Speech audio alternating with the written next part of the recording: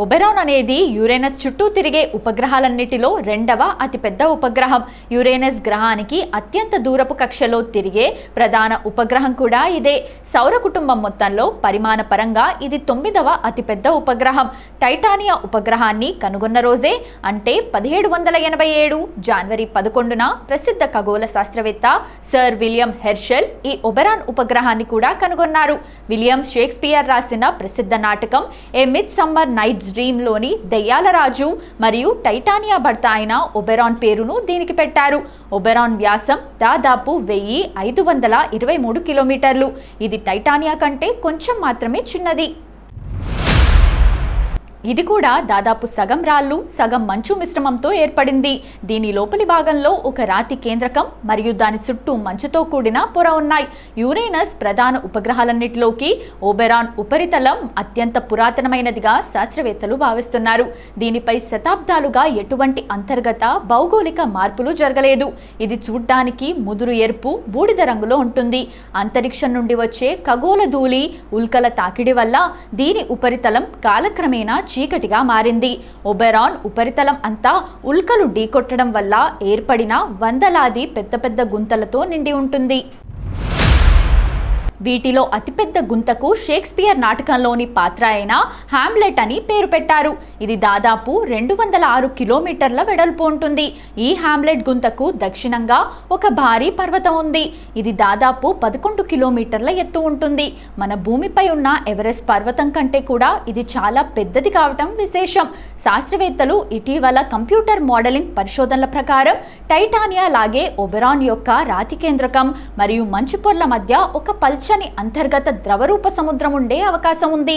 అయితే ఇది టైటానియా కంటే చాలా లోతులో ఉండే అవకాశం ఉందని అంచనా వేస్తున్నారు. ఒబెరాన్ యురేనస్ గ్రహానికి దాదాపు 5,84,000 కిలోమీటర్ల దూరంలో ఉంది. ఇది గ్రహానికి చాలా దూరంగా ఉండటం వల్ల యురేనస్ యొక్క బలమైన అయస్కాంత క్షేత్రం నుండి ఇది చాలా వరకు బయటే ఉంటుంది. యురేనస్ చుట్టూ ఒకసారి తిరిగి రావటానికి దీనికి 13.5 రోజులు పడుతుంది. ఇది కూడా టైడల్లీ లాక్డ్ ఉపగ్రహం, అంటే దీని ఒకే వైపు ఎల్లప్పుడూ యురేనస్ వైపు ఉంటుంది. 1986లో నాసా పంపిన వోయేజర్ 2 అంతరిక్ష నౌక మాత్రమే ఒబెరాన్ దగ్గరగా చూసి ఫోటోలు తీసింది. ఆ సమయంలో ఇది కేవలం ఒబెరాన్ యొక్క దక్షిణ అర్ధగోళాన్ని మాత్రమే చిత్రీకరించగలిగింది. దీని ఉత్తర అర్ధగోళం ఎలా ఉంటుందో ఇప్పటికీ ఎవరికీ తెలియదు. భవిష్యత్తులో వచ్చే అంతరిక్ష మిషన్లు దీనిపై ఉన్న మరిన్ని రహస్యాలను ఛేదించాల్సి ఉంది. ఒబెరాన్ యురేనస్ గ్రహానికి అత్యంత దూరంలో ఉన్న ప్రధాన ఉపగ్రహం కావడం వల్ల దీనిపై పరిశోధనలు చేయటం శాస్త్రవేత్తలకు చాలా సవాల్తో కూడుకున్నది. భూమి నుండి దీని దూరం మరియు యురేనస్ చుట్టూ ఉన్న కక్ష కారణంగా నేరుగా పరిశోధనలు పరిమితంగానే సాగాయి. ఒబెరాన్ ఉపగ్రహాన్ని దగ్గరగా చూసిన ఏకైక మానవ నిర్మిత అంతరిక్ష నౌక నాసాకు చెందిన వోయేజర్ 2. 1986 జనవరి 24న వోయేజర్ 2 ఒబెరాన్కు సుమారు 4,70,600 కిలోమీటర్ల దూరం నుండి ప్రయాణిస్తూ దాని ఉపరితలాన్ని ఫోటోలు తీసింది. ఆ సమయంలో యురేనస్ వంపు కారణంగా వోయేజర్ కేవలం దీని దక్షిణ అర్ధగోళాన్ని మాత్రమే స్పష్టంగా రికార్డ్ చేయగలిగింది.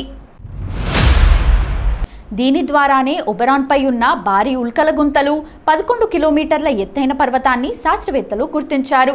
ముదురు పదార్థం ఒబెరాన్లోని కొన్ని పెద్ద గుంతల అడుగు భాగంలో ఒక రకమైన ముదురు రంగు ద్రవం పదార్థం గడ్డగట్టి ఉన్నట్లు వోయేజర్ కనుగొంది.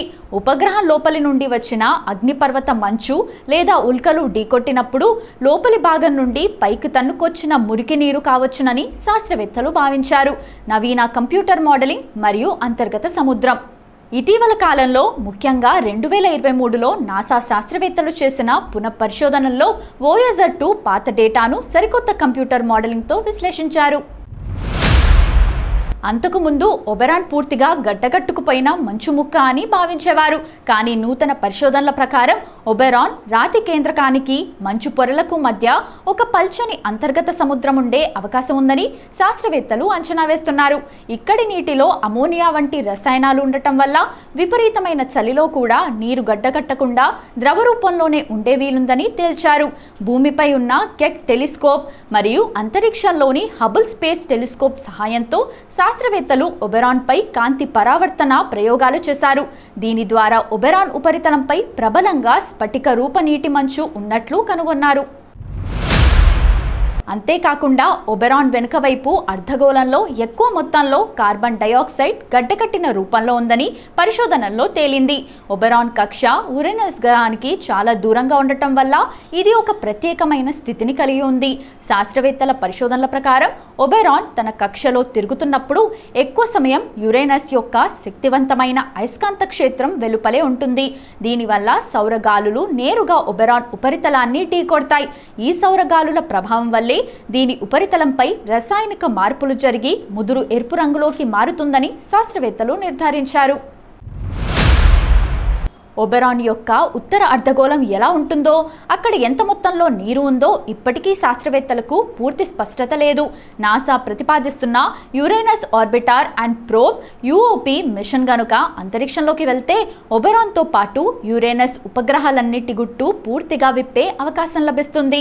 ఒబెరాన్ ఉపగ్రహం మీద కూడా మనుషులు నేరుగా బతకడం అసాధ్యం. యురేనస్ గ్రహంతో పోలిస్తే ఒబెరాన్కు రాళ్ళు, మంచుతో కూడిన గట్టి నేల ఉన్నప్పటికీ అక్కడ మానవ మనుగడ సాగించడానికి ప్రకృతి అనుకూలించదు. భవిష్యత్తులో అత్యంత అధునాతన సాంకేతికతతో కృత్రిమ బయోడోమ్లు లేదా భూగర్భ స్థావరాలు నిర్మిస్తే తప్ప మనుషులు అక్కడ జీవించలేరు. ఒబెరాన్ సూర్యుడికి చాలా దూరంలో ఉండటం వల్ల అక్కడి ఉష్ణోగ్రత దాదాపు -200°C నుండి -213°C వరకు ఉంటుంది. ప్రత్యేకమైన ఉష్ణరక్షణ కవచాలు లేకపోతే మనుషులు సెకన్ల వ్యవధిలో గట్టకట్టుకుపోతారు. ఒబెరాన్పై శ్వాస తీసుకోవడానికి అవసరమైన వాతావరణం అస్సలు లేదు. అది దాదాపు శూన్య ప్రదేశం. పీల్చుకోవడానికి ఆక్సిజన్ లేకపోవడం వల్ల ఆక్సిజన్ సిలిండర్లు లేదా స్పేస్ సూట్లు లేకుండా అక్కడ మనుషులు బ్రతకలేరు. యురేనస్ యొక్క ఇతర ఉపగ్రహాలతో పోలిస్తే ఒబెరాన్కు ఒక పెద్ద సమస్య ఉంది. ఇది యురేనస్ గ్రహానికి చాలా దూరంగా ఉండటం వల్ల గ్రహం యొక్క అయస్కాంత రక్షణ క్షేత్రం నుండి ఇది చాలాసార్లు బయటకు వచ్చేస్తుంది. దీనివల్ల సూర్యుడి నుండి వచ్చే ప్రమాదకరమైన సౌరగాలులు, రేడియేషన్ నేరుగా ఒబెరాన్ ఉపరితలాన్ని ఢీకొడతాయి. ఇవి మానవ శరీరానికి అత్యంత ప్రాణాంతకం.